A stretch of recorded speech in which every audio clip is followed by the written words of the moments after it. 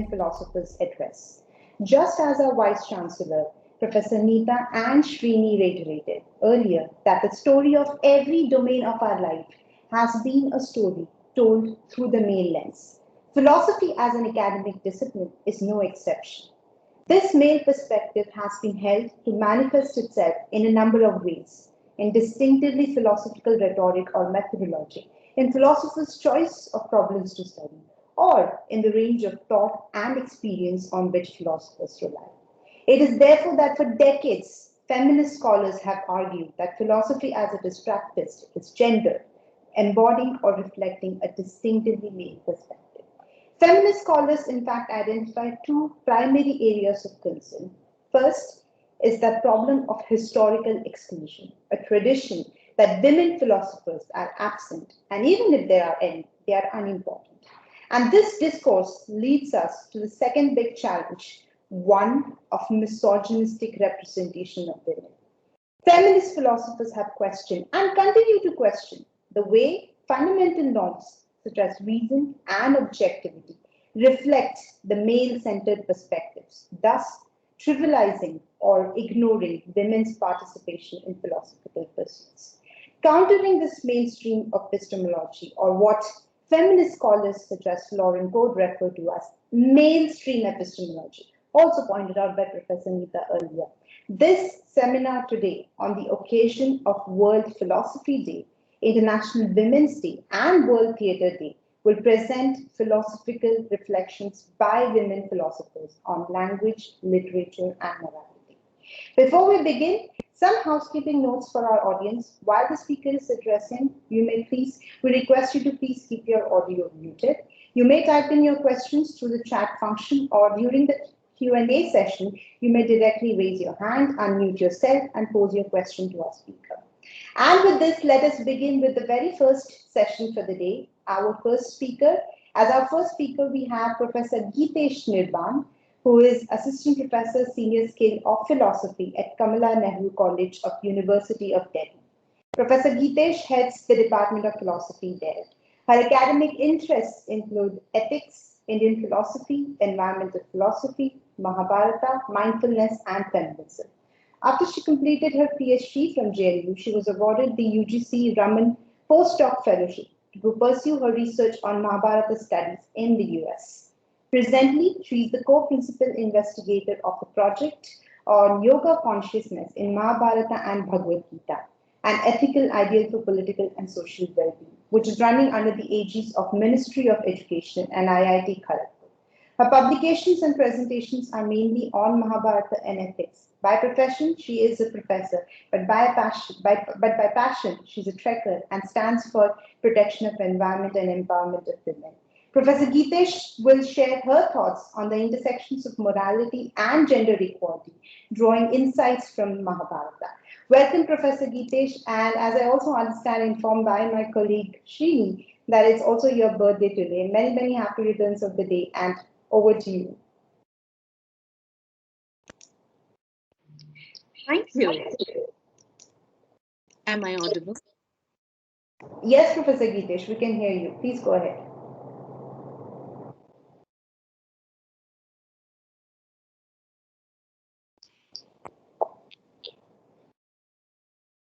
We can see you as well. Thank you for very warm introduction, and thank you for the birthday wishes. Respected Chief Guest of the Day, Honorable Vice Chancellor, the other guests, participants, and all from MAHE, namaskar to all.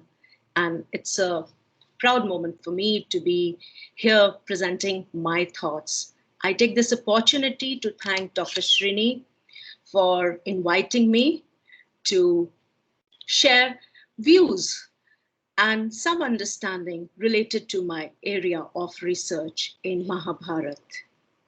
Well, it's completely rooted in the Indian tradition. So there could be certain agreements or disagreements, which I think is also a part of our Indian tradition, where we agree to disagree. Well, in today's world, while we grapple between hope and despair due to the looming uncertainties, It comes as a relief to revisit and reflect on the Indian tradition and especially the ancient Indian system of philosophical engagement. Since today's session commemorates the Women's Day, I would like to quote Mariah Carey, the singer and actress who rules the hearts of many, before I make a move to the reflections through Mahabharata on the theme of my address for today, moral interrogations and gender equality reflections from the Mahabharata. In light of the present scenario of global pandemic, Mariah Carey said, when you feel like hope is gone, look inside you and be strong, and you'll finally see the truth. The hero lies in you. We need to emphasize on the two words that she's focusing on, truth and hero.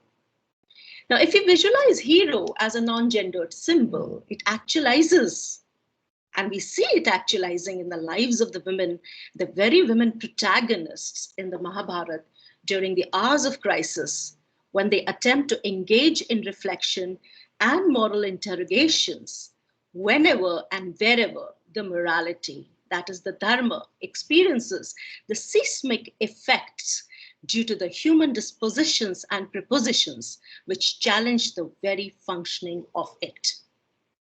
Kevin McGrath, the eminent Mahabharata scholar, quotes Daniel Engels to explain how the heart of the Mahabharata, as we have it in the critical text, is undoubtedly the teaching of the right action. And as Kevin puts it more strongly, that women in the epic Mahabharata, more than the male heroes, speak what is considered to be the social truth, what is right for the Kshatriyas, and what constitutes the human behavior. They are the Satyavadinis, the speakers of the truth, or Dharma Charanis, whose conduct is dharmic. My address aims to explore how moral interrogations by women characters formulate the epistemic cogs for gender equality within the framework of the Mahabharata. The question that comes up now is, why Mahabharata is important? Why did we need to go back to that tradition? If you look at Mahabharata, undoubtedly, it's a story of continuity and humanity. It portrays a tripartite confluence of knowledge, language, and action with the interplay of conflicting situations in the framework of dharma. Dharma, which is the pivot on which the whole epic revolves. The Mahabharata addresses the issues of human conditions, conflicting ideals, behavioral inconsistencies, which result in the political, social, environmental, and psychological chaos. And the epic explores how some characters falter, some make amends, whereas others resolve the possible and available moral dilemmas. Every conceivable human emotion finds place in the epic, as it in itself claims what is here is found nowhere, what is not here is nowhere. Well, that's a broad, bold claim by the Mahabharata, and anyone who digs into it would agree to it. Through the episodic weaving with the needle of dharma, the Mahabharata, that has display of war in the first part, culminates into the longest section, the book on peace, as Shanti Parvan at the end. The Mahabharata initiates the reader into the reflective mode for analysis of the epic, either through the lens of war or through the lens of peace, but ensuring that one doesn't lose the focus on dharma, the path of which is never easy, never a cakewalk, yet the epic always stands for maintaining that consistent ethical well-being. I'm in consonance with Dr. Arundam Chakraborty, who recently shared in the webinar series of our ongoing project on Mahabharata that we can attempt to explore the meaning of the life through the reading of the epic. The meaning is right there.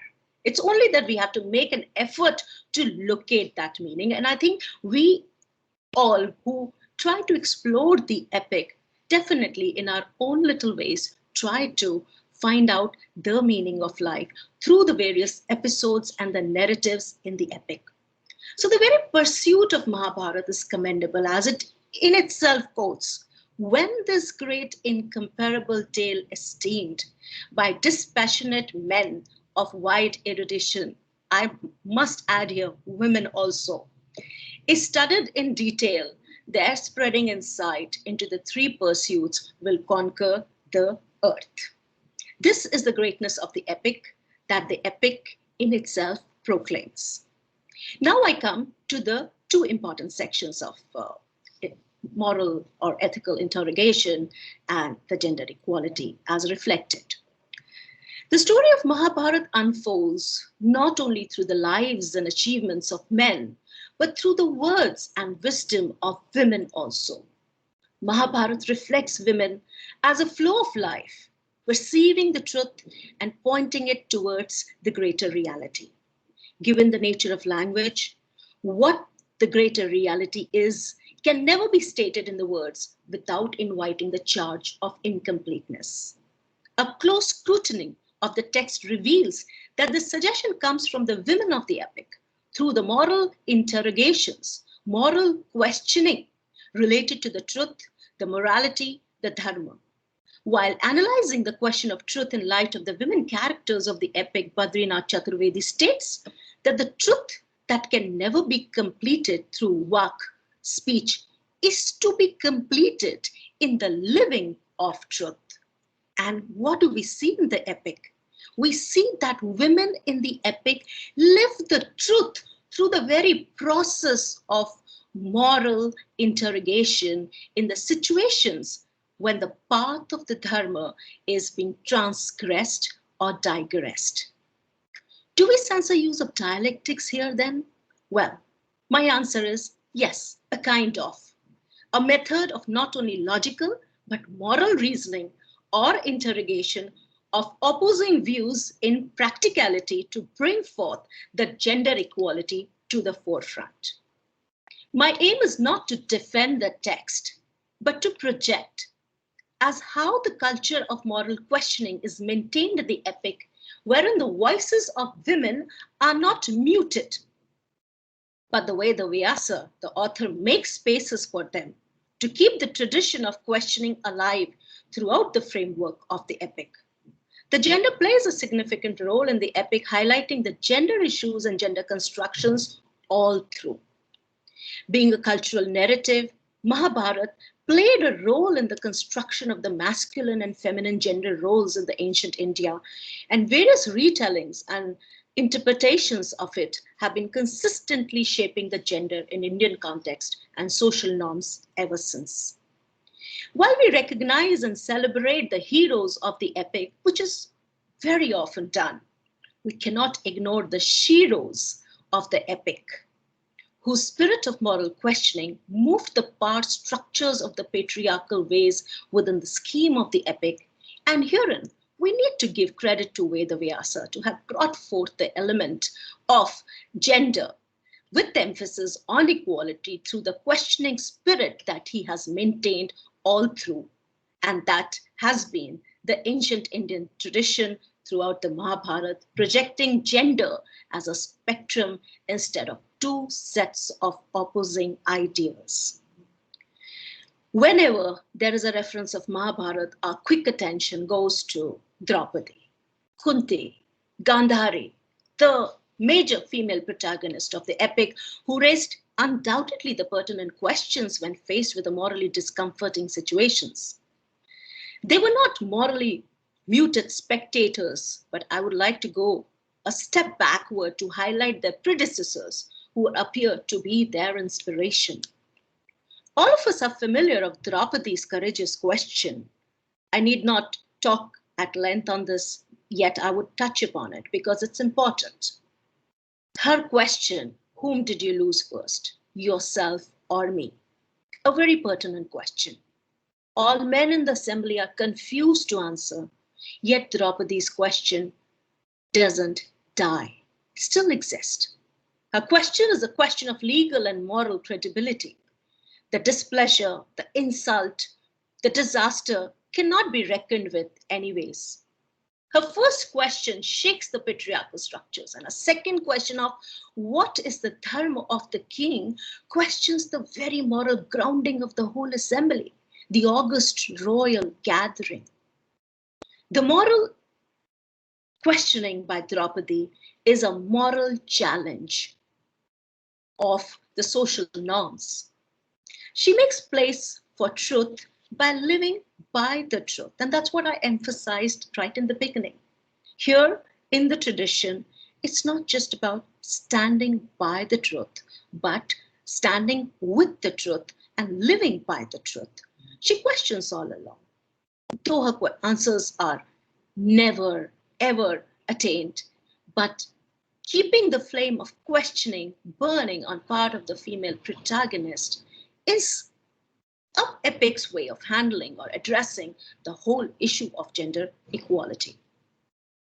The feminine verbal potential is also visible in not much talked characters of the epic like Shakuntala. Hers is the first woman narrative in the epic, where Shakuntala and her son are denied acceptance by the king Dushyanta, who says he knows not what she says. Now, this is also a kind of a statement which is prevalent today also. Shakuntala in grief and anger asks, O king, knowing everything, how can you like a mean and inferior man say that you know nothing? Your heart is witness to the truth or the falsehood of my words. Therefore speak the truth and do not degrade yourself. He who has one thing in the mind but represents another thing to others is a thief and a robber of his own self. What sin he is not capable of committing? She's again raising the whole question about truth, morality, dharma. Shakuntala's moral questioning is a fight for establishing the truth and getting the honorable status for their son Bharata. She says, Nasti satyat paro dharma. There is no higher dharma than truth. Shakuntala's moral interrogation is all with the focus to establish dharma. She questions the dharma as followed by the king of that time. Alas, that this outspoken and self-confident Shakuntala of Mahabharata gradually appears to be domesticated and largely disempowered in Kalidasa's Shakuntala. I now come to Savitri in Mahabharata, who marries by choice with Satyavat, well knowing that he'll die in a year. When Yama, the death, carries a news, comes to claim the spirit of Satyavat, it is Savitri's effective speech based on truth which makes her morally interrogate Yama, to detain him as well as confront him to listen to her. She asks Yama, we hear, O God, that your emissaries come to take away men. How is it that your worshipful self has come in person? Yama is intrigued by her questioning and dissuades her to follow him. But her arguments with Yama, based on her expertise on dharma, her succinct and informed speech makes her win her husband back, get the lives and fortune of Satyavat's parents extended, the sight to his father's eyes is back, as well as she gets a boon for her father to beget 100 sons. Savitri's episode may not be about questioning straightforward, but she indirectly questions Yama through the long ethical discourse to reflect upon his decision. And it marks a point of gender equality wherein a woman is indulging in a difficult verbal communication, a dialogue with death to save her husband, her father-in-law, and her father. The mortal human or mortal woman claiming friendship with death is symbolically the friendship with life, about relationships with self and with others. Engaging in dialogue with death, Savitri seeks the protection of life. If it is Savitri standing by Satyavat, he cannot die in Mahabharata. It is this universal metaphor of truth called love, which overpowers death. That's where I want to make a point that moral interrogations, which are disguised in moral discourses by women, is also an effort on the part of the epic to portray the very element of gender and how the equality it tried to bring in. If we look at Ganga, the mother of Bhishma and the wife of Shantanu, her marriage is based on a condition of she asking Shantanu to not question her actions. This may not appear as a question again directly, but Ganga's conditional marriage is an attempt to question or interrogate the questioning patterns of superiority of one over the other in the marital relation. Her words and actions set challenges to relational hierarchy in marriage. She's not actually indulging in murder of any. In fact, by giving death to newborn sons, she issues fresh life for them, which was her way of fulfilling the promise she had made to the Vasus. When Shantanu questions her act of drowning the eighth son, saying, "Do not kill it. Who are you? To whom do you belong? Why do you kill your own sons? Murderers of your sons, you are earning great sins by your improper acts." Shantanu's questions are ethically justified. There is no doubt about it. But there's a breach of promise, a contract with Ganga here. And consequence of this is departure of Ganga from the scene with a question as why he questioned and digressed from the words that he gave to her. We see a similar pattern of questioning or moral interrogations by Amba, Gandhari, Kunti, Satyavati, and Madhuri, and many more women characters in the epic. The problem of different morals raise many challenging questions in Mahabharata. Some of these great questions take us further than we can imagine. They make us question the moral and ethical foundations of actions of both men as well as women in the epic. The epic promotes questioning by the men as well as women, and these moral interrogations are testing grounds for the customs, rituals, and the socially patterned thinking processes in the epic. Nowhere does the epic closes the questioning spirit, the interrogative quest, and that's the reason Mahabharata holds relevance even in the 21st century. And that's what is an important learning, even in the light of the present situation, that we need not stop questioning. And that's what has been promoted by the women in the epic. The discussions of dharma in Mahabharata become richer and sophisticated through these moral interrogations, or as you call, questions. We observe that dharma in the Mahabharata is constantly problematized and it gets reconstructed many a times, which is one way of expressing how unavoidable turbulences can be created by a certain set of morals. But we have to even draw our attention to the fact that this in itself makes way for the whole process of the new creation in the realm of dharma, which is the justification of the fact that dharma is constantly evolving. And it lives by its very definition of dharma as dharyati iti dharma. So what is the ideal way to respond to the sufferings or difficulties in life? All of us are asking this question even in this situation of pandemic.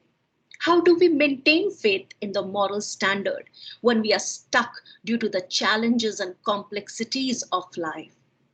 These challenges of living a morally good life have been deeply grappled within the Mahabharata, which promotes the culture of dialectical process through moral interrogations amidst all dilemmatic situations.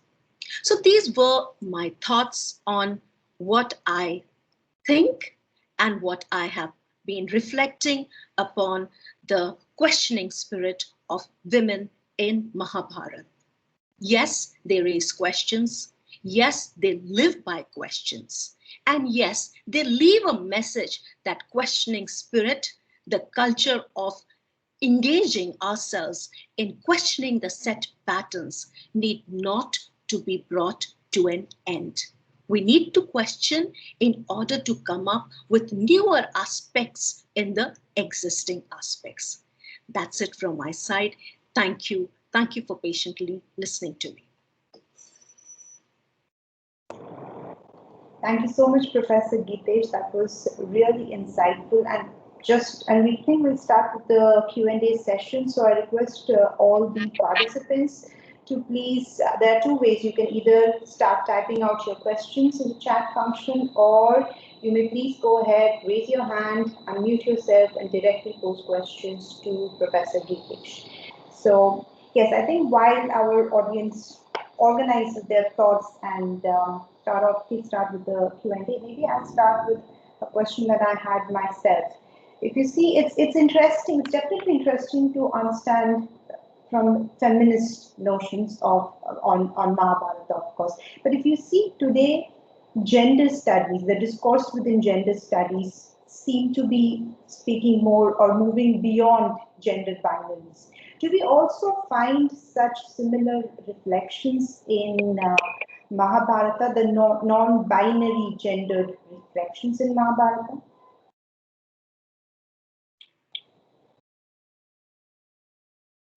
Oh, okay. So, as I understand, the non-binary gender relations in Mahabharata, yes, we do see that. That is why I say the epic does talk about all possible genders. So it is a text that can be looked upon very, very emphatically from the perspective of gender studies. Yes, please, audience, you may start typing in your questions if you have any.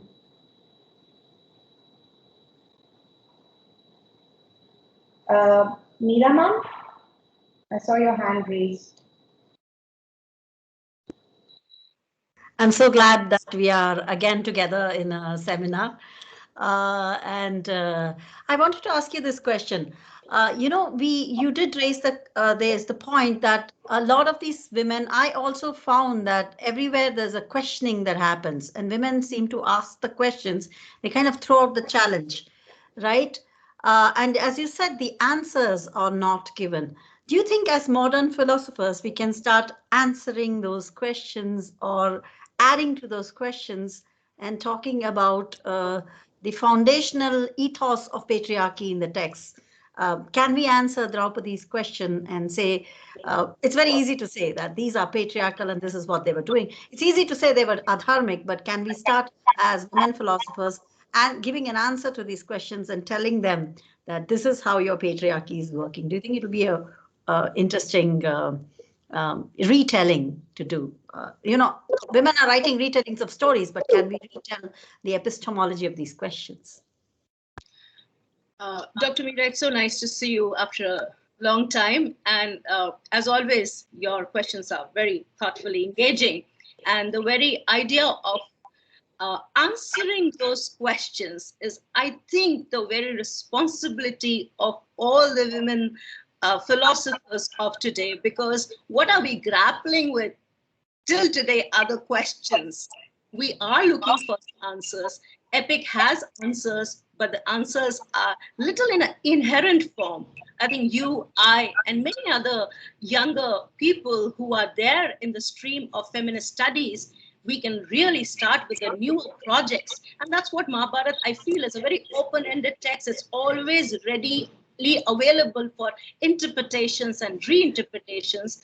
The story is never coming to an end. And those questions of the women somehow remain to be the questions of women of today too. So we do seek answers. We ought to seek answers. So that's what my take is. It's a very positive, I think, step if we all can get together and come up with a new volume and answers to the possible questions, or the possible answers to the much talked questions in Mahabharata. I think we should coordinate with Srini and others and really start to do this. And there are a lot of people who are interested in this, and we'll contemporarily rewrite the Mahabharata in new ways. Yeah, thank you so much, Geetesh. That's nice. Thank you, Meera-ji. Thank you, Meera. Srini, you had a question. I saw your hand raised as well. Please go ahead and pose your question to Professor Geetesh. Uh, Thank you. Once again, happy birthday, and thank you for the uh, interesting thought. Just wanted to contradict myself. In what I mentioned in my welcome. Hello, can you hear me? Srini, your voice is breaking a bit. Hello, can you hear me now? No? Yeah, we can hear you now. Go ahead. Yeah, okay. So I just wanted to, I think there is a problem of network in from my side. I just wanted to contradict myself what I made a mention in the welcoming session. Um, do you think that, I mean, there are handful of episodes in Indian philosophy and Indian literature on women, as you point it out, as dialectical interrogation or dialectical reflections. There are instances, but do you think that these I mean, there is a time difference, temporal difference of the era that these texts or the instances that have happened and the instance that we live today. But I have two questions. One, keeping our today's framework of ethos, today's framework of moral philosophy, how far we could make questions or make judgments on those instances. Okay, how far? That's the one question. And the second question is that in this question of how far, okay, this is the primary predominant question that has been asked by many philosophers: how far we can go and question, okay, whether Rama, his interaction with Sita, and even if you look at Vedavyasa's Mahabharata and Kiratarjuniya, the Mahabharata based literary novel written by Bharavi, the way Draupadi has been portrayed in these two, which is also mentioned in the translation of Kiratarjuniya by Murthy Classical Library of India. So if you look at the way the characters have been portrayed, now it's also very predominant question how far we can go, how far we can stretch our existing framework into the distant past. At the same time, do you also think this question itself, that the how far we can extend, does it have escapist mindset? So there are two questions: how far we can go, and the second question, these kind of questions, that how far we can go, does it have an escapist mindset? Thank you, Srini, for raising that question. I think this is very much in continuation with what Dr. Meera also said. When you say that uh, these questions, how far are they relevant? I mean, the questions of that time in light of today's framework, I think I personally don't see much difference in the questions that were raised in the past and the questions that have been continuously being raised till date. So the temporal gap does not come here. That's what is my strong standpoint, and I stick to it. Second point is that to what extent can we question these ancient texts?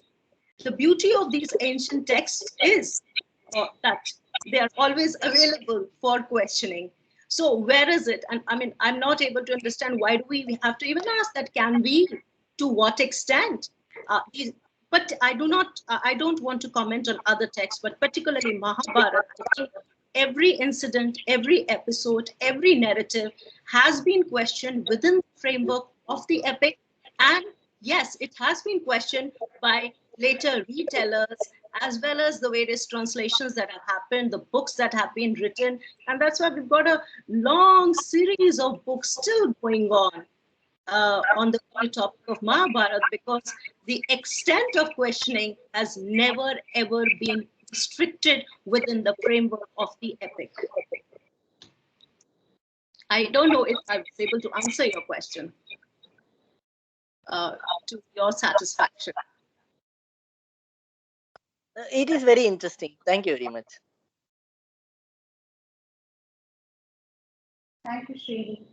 If there are any other questions, you may please continue to write it down in the chat box, or of course address it directly to Professor Geetesh.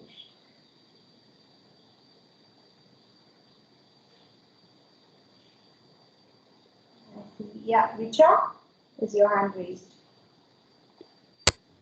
Yeah, hi. Thank you, Dr. Nitesh. That was a very interesting talk to listen to. My question is, I think you do touch upon this, what you try to do with your talk, that you're trying to present to us how certain questions are raised within the text. You're not trying to defend the text or what is being expounded through the text, just trying to present to us how certain things, in a certain light, about how women are almost like the flag bearers of questioning about bringing to force ideas of morality. But my question is also this, that a lot of times these episodes, for example, I'm thinking of the episode, The Story of Savitri, how these episodes often are distorted, right? I mean, at least how from what you present it as, that this is how Savitri wins back certain rights for herself through questioning, through an interrogation, through talking, through dialogue. But as we see, like this story of Savitri often is also presented in a way that this is a woman who goes all the way to get back her husband. So her agency is obviously tied to her husband, right? She will do anything to get back the rights that she deserves as a woman who is married to a man. So get those rights back. So you see there is a distortion that happens from how you would like to present it and how, which is actually a very enlightening reading of Savitri's tale. So that is my question, that, often these stories can often be distorted in how we understand these stories today. And to address Srini's question, I would also like to say that it is important that epics, what is the relevance of epics if we cannot raise those questions today? I mean, then why look at epics at all?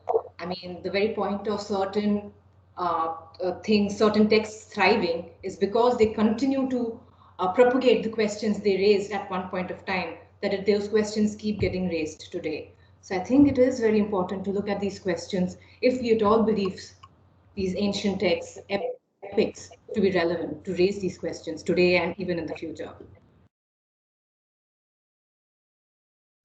Richie, I think it was nice to hear what you said. Yourself answer what you have been asking me, that how the distortions have been made regarding these episodes and why they were made. Like you see the whole episode of Shakuntala. I may not talk so much about Savitri, but I'll go to Shakuntala, and I mentioned about it, how Shakuntala appears in the epic and how the whole the personality of Shakuntala changes when newer poetic version is attached to. The point is not that distortions are taking place. The point for us to explore today is why distortions have taken place and why they are continuing to take place till date. That's what is the research that needs to be done upon. Because we find, at least within the framework of Mahabharata, I personally also find a lot of contradictions. One side something is spoken, other side something else is spoken. But then that's a text on human conditions, and human conditions definitely have contradictions. So distortions undoubtedly is a very important element that we need to explore. And as Dr. Meera did mention right in the beginning, that how about we coming up with newer retellings? So how do we answer those questions? Because some of the questions that have been raised within the epic actually have continued to be the questions. We probably need to bring an end to these questions by answering them in the form of the newer research work. Thank you, Dr. Geetesh. Thank you. Thank you. Thank you, Professor Geetesh. Thank you, Richa. I think we can take one more question if there are any in the audience before we close the session.